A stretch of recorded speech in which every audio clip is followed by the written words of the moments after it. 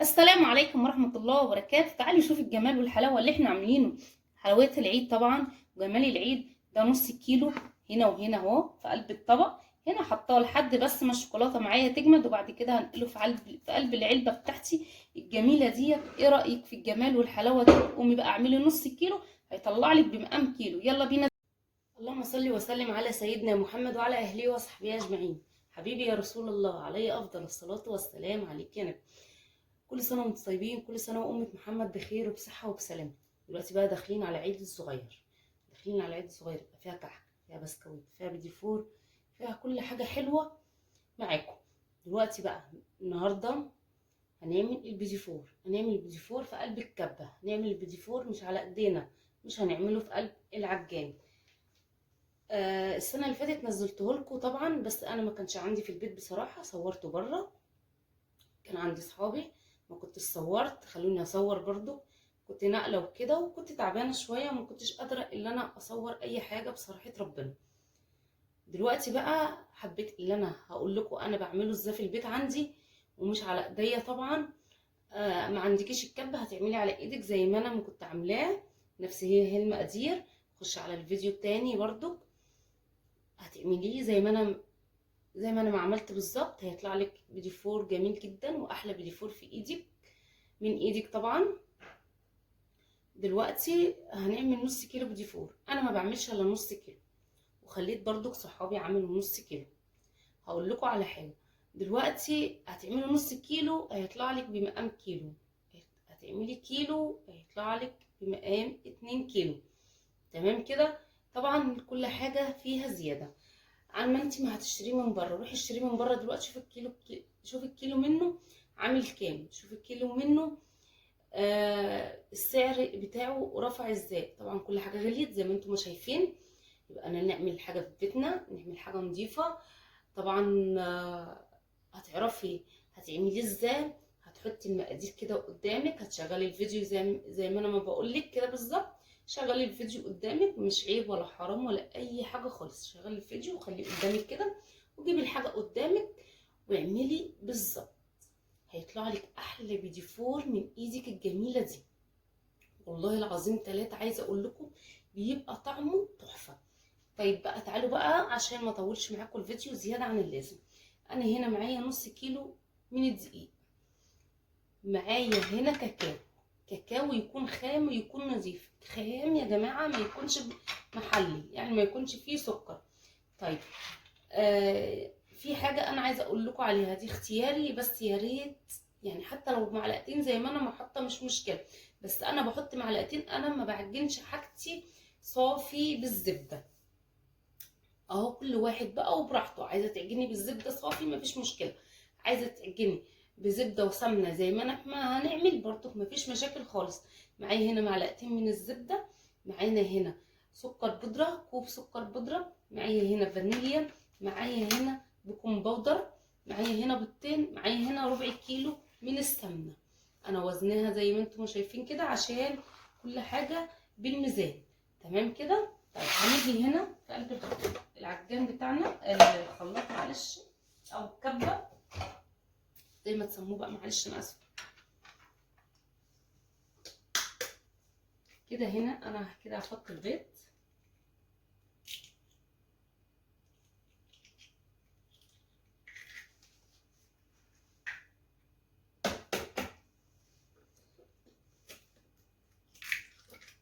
ما عندكيش بيض ابيض، بيض احمر، مفيش مشكله خالص، عادي خالص خالص خالص، مفيش اي مشكله. هغسل بس ايديا. تمام كده.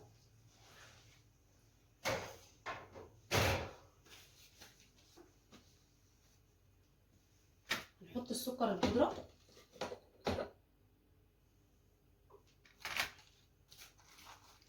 هنحط الفانيليا. ما عندكيش بقى فانيليا زي ما انا ما جايباها كده السايله دي، السايبه دي، هيبقى كيسين، هيبقى كيسين فانيليا. تمام كده. طيب هنا كده هنحط الزبده،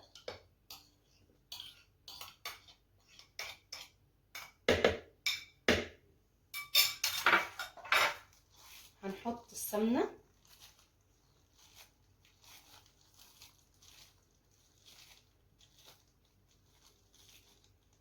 طبعا انا وزنها من امبارح بالليل كل ده عشان خاطر ما ياخدش حاجه معايا، ما ياخدش وقت. بس طبعا الدقيق الكلام ده كله لسه دلوقتي.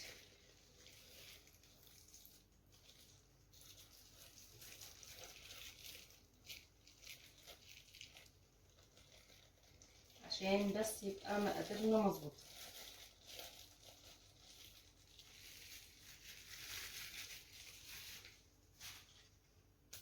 تمام كده. هاجي هنا كده هضربهم جدا، لازم يتضربوا كويس جدا جدا، وبعد كده هنشوف هنعمل ايه تاني مع بعض. حبايب قلبي عاوزه اوريكم النعوميه طبعا بتاعت الحاجه اللي احنا حطيناها كلها. تمام. هوريكم دلوقتي. هحط بس البيكنج باودر الاول. معايا هنا المعلقه الصغيره دي ممسوحه خالص، ممسوحه بيكنج باودر. تمام كده. هنضيفها هنا على الدقيق. كيس بقى احتفظ بيه، احطه في التلاجة. عوزت حاجه تاني يبقى موجود عندي. تمام كده. طيب هوريكم كمان النعوميه بتاعتها. شايفين النعوميه بتاعتها اهي؟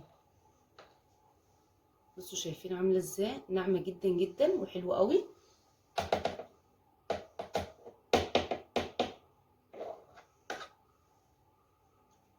عشان ده كل حاجه بالمقادير، عشان ما يبقاش في حاجه ناقصه في حاجه كده. مش بخل ولا الكلام ده كله، لا، عشان الكلام ده كله لازم بالمقادير اللي موجوده. تمام كده. طيب هفضي بقى هنا الدقيق، هفضيه كله، مش واحده واحده، هيتفضى كله. بسم الله.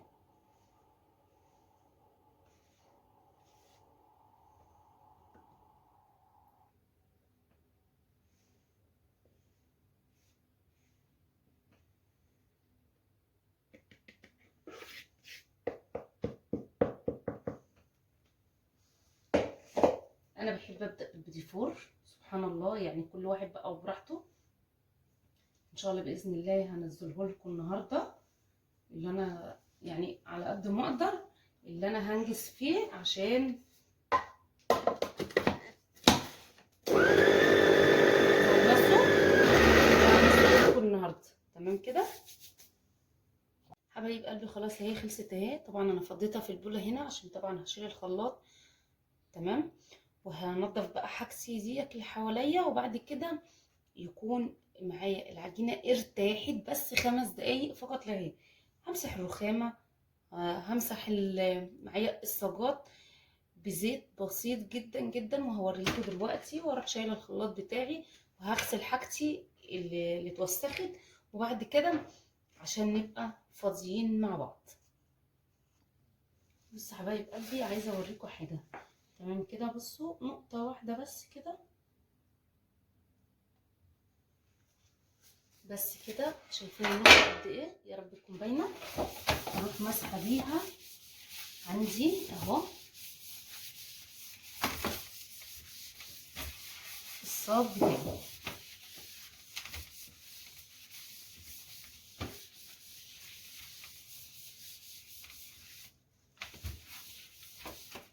بس كده خلاص كده اهو.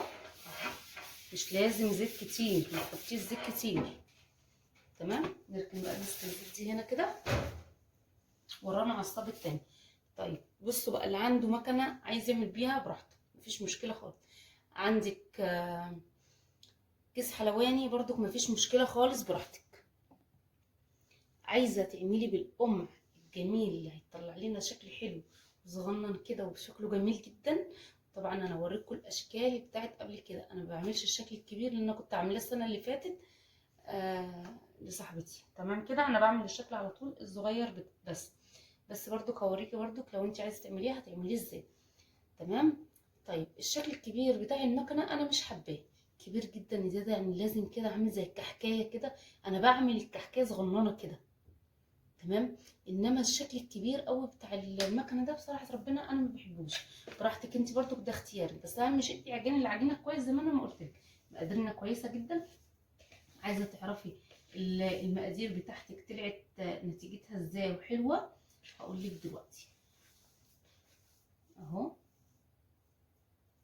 هنحط حته عجينه صغيره خالص، هنسمي بالله ونصلي على الرسول عليه افضل الصلاه والسلام. بصوا شايفين؟ يعني القمع طالما طلع لي معايا الشكل على طول هور ايه، طالما كده تبقى ناجحه معانا. طيب هوريكم برضو الشكل بتاعي التاني. بصوا،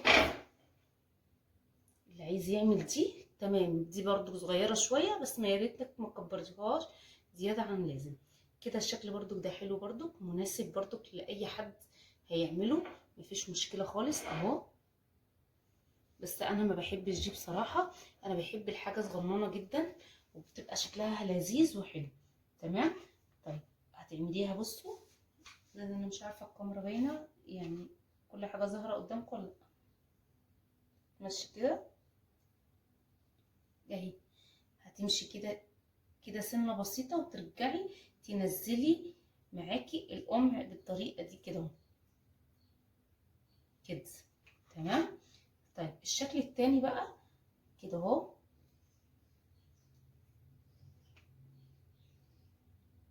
في ناس كتير جدا ما بتعرفش تمسك القمع ده، بس على فكرة مناسب جدا وحلو قوي.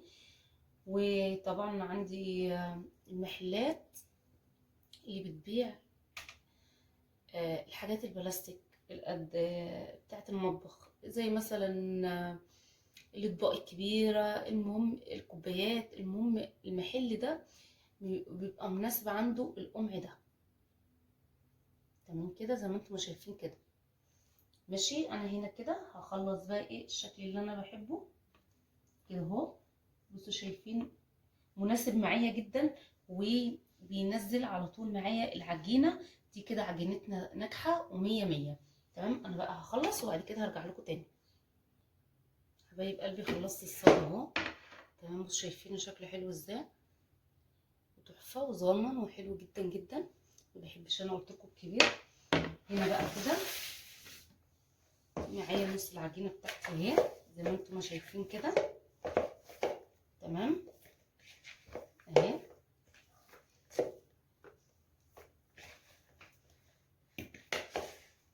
هعمل هنا بس حاجه بسيطه دلوقتي. بصوا هنا يا حبايبي كده معايا طبعا بقيه العجينه اهي. ماشي. طبعا انا شلت الصاج من هنا وبعد كده رجعت لكم. هنفضي بس شويه ونشوف اللون معانا عامل ازاي. تمام كده. نسمي بالله كده، بسم الله.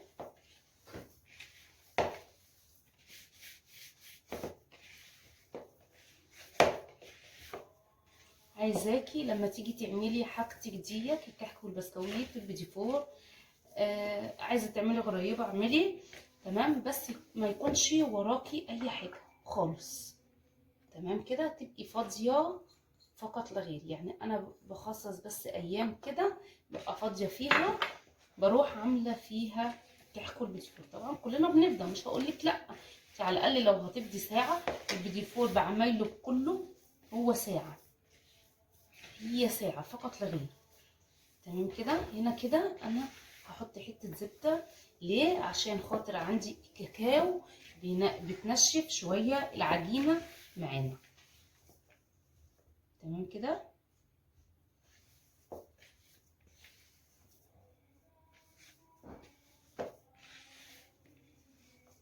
انتي مش بتعجني، انتي بتلمي العجينه في بعضيها.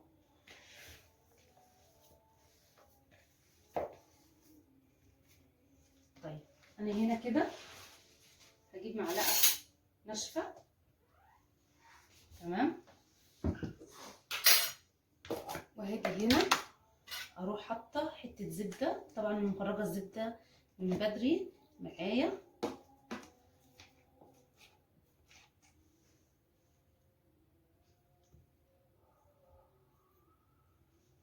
تمام. نحط حته كمان، يعني كده معلقتين الزبده في قلب لما نيجي نعمل بالكاكاو او بالشوكولاته. تمام، زي ما هتسموها بقى. طبعا هنا كده الزبده ليه يا مسيف؟ الزبده بتديلي طعم الحاجه، طعمها حلو، بس عامه بتدي طعم حلو وجميل جدا. هقول لكم احنا طبعا عاجنين بالسمنه وحاطين معلقتين زبده بس برضو هتديلي ريحه الزبده عشان تبقوا عارفين. تمام كده. انا هنا كده هلمها وارجع لكم تاني. نفس الكلام، نقطه زيت،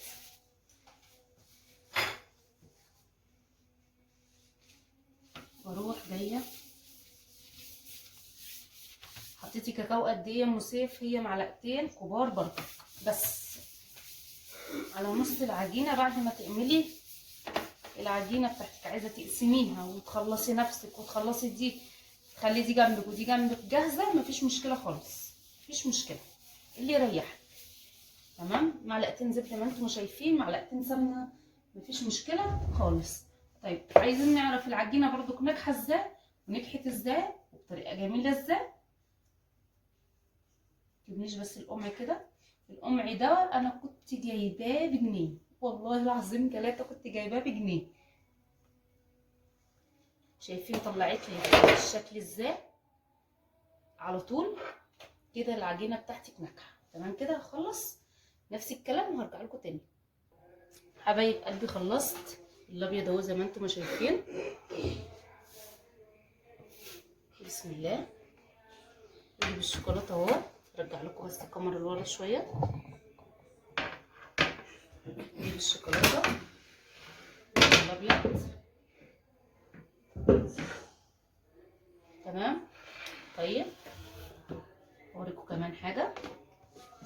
دول الحته اللي فاضت مني، كملتها هنا، كملتها هنا. سيف بيقول لكم حطوا لايك. تمام، كل ده الكميه دي بسم الله ما شاء الله من نص كيلو بس. هتعملي كيلو هيطلع لك 2 كيلو. تمام كده. طيب انا هنا كده لازم الفرن معايا يسخن، وبعد كده هندخله في الفرن. حبايب قلبي دلوقتي بقى عايزه اقول لكم على حاجه كده. حبايب قلبي الصاج معايا طلع. طب النار بتبقى وسط، النار بتبقى وسط، ما بتبقاش عاليه. جميل جدا، سوا حلوه قوي قوي وباين عليه حلوه قوي قوي. وكمان دلوقتي هنزينه مع بعض. تمام كده. طيب انا حطيت الصاج التاني وفاضل بقى معايا صينيه صغننه خالص خالص خالص ديت جميله اللذيذه دي. معايا هنا مكعب ونص من الشوكولاته، الشوكولاته الخام. تمام كده. ماشي، هسيحها على بخار، وجايبه لبن، بعتبني اجيب لبن عشان احط لكم لبن كمان فيها عشان ما تبقاش تقيله جدا، ولازم تتحط في قلبها لبن، هتدي طعم جميل جدا في قلب الحاجه بتاعتنا. تمام كده. انا هنا كده هحطها على بخار ميه على البوتاجاز وهسيحها كمان عشان هنلزق مع بعض البيدي فور. حبايب قلبي بصوا دلوقتي انا معايا العلبه ديت اهي، شيك جدا وحلوه قوي اهي بالطريقه دي.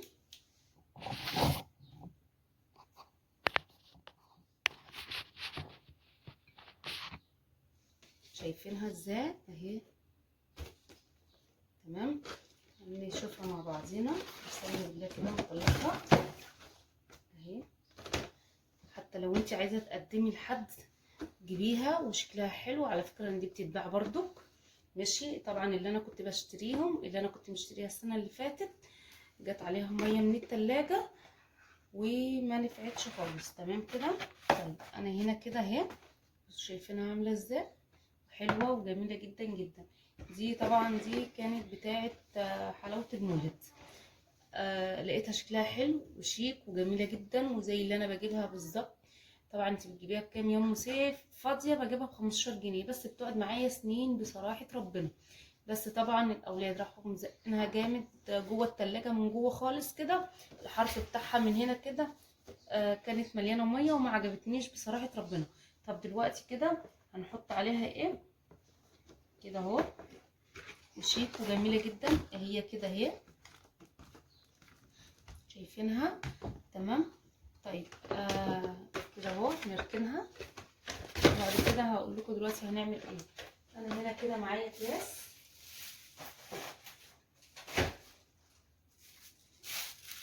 ثواني هجيب لكم اكياس تاني. معايا اكياس اهي يا حبايب قلبي، انتوا هي بتاعت التلاجة او بتاعت السندوتشات. تمام كده اهي، هنروح فتحاها كده اهو.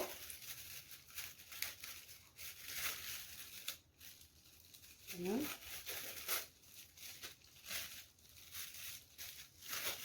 بسم الله.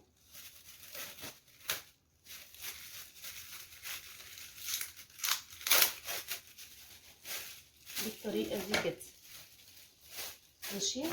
هنعمل كده كمان عشان بس نحافظ على العلبه معانا ونخليها تقعد معانا كمان سنتين، كمان سنه كمان. على قد ما انتي ما هتحافظي على قد ما انتي ما هتلاقي حاجتك معاكي. تمام كده كده اهو. مش مشكله الاكياس، مفيش مشاكل خالص. على فكره الكميه دي ما كلفتنيش حاجه والله. شوفي بس، روحي تشوفي الكيلو بكام بره، انا ما سالتش عليه عشان مش هكذب عليكي، بس طبعا الحاجه غاليه قدامك اهي، وشيء اكيد الحاجه زي كده هتبقى غاليه، ومش الكيلو اللي انت بتعمليه ويبقى فيه بركه. تمام كده كده اهو شايفين؟ ماشي. هنعمل كمان كيسين كمان، نسمي بالله، بسم الله.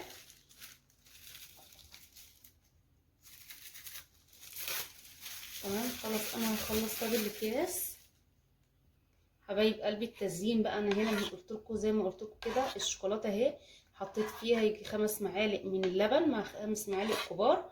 تمام كده اهي معايا. هنا معايا مربى، انا اللي عاملاها، بس شايفينها شكلها عامل ازاي وحلوه جدا، وكمان مخزناها في الفريزر، يعني عامله بطرمان كبير وعاملاه حطاه في قلب الفريزر. تمام كده. معايا هنا جوز الهند، هنعمل كده مع بعض يا حبايب قلبي كده اهو. بصوا انا رصه ازاي ورا بعض. تمام. نيجي هنا نسمي بالله ونصلي على الرسول عليه افضل الصلاه والسلام. هنيجي هنا في الشوكولاته بتاعتنا وهنروح ملزقين بالشوكولاته، شايفين ازاي الجمال والحلاوه دي؟ هنروح عاملين كده. تمام اهي ماشي. هنروح موقفين كده ماشي. هنيجي هنا كمان واحده، هاجي هنا معايا اهي. اعملي بالمعلقه يا ام سيف، لا النبي عربي انا ما بعملش بمعالق. تمام كده. وهنروح كده هرفع بس السلك كده. تمام. وهروح هنا كده ثواني، واروح عاملاها هنا كده.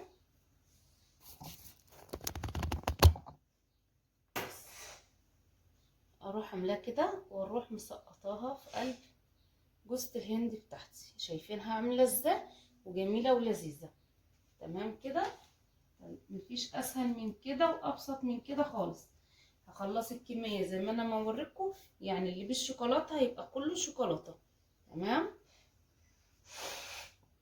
حبايب قلبي، خلصت خلاص البيديفور زي ما انتم ما شايفين.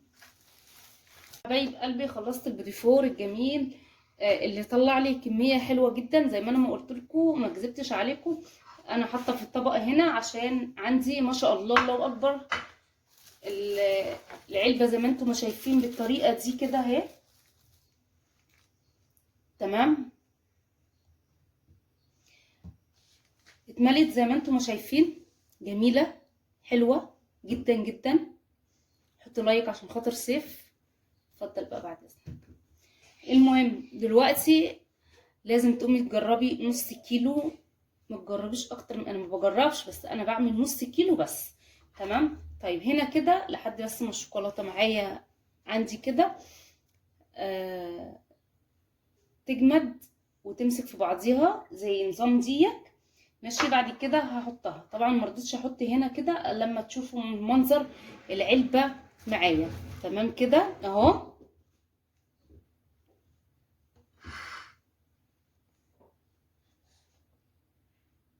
حاضر يا موزة، حاضر. حطوا لايك يا حبايب قلبي عشان خاطر موزة وجمال موزة، وحطوا لايك برضك عشان خاطر مصطفى. تمام كده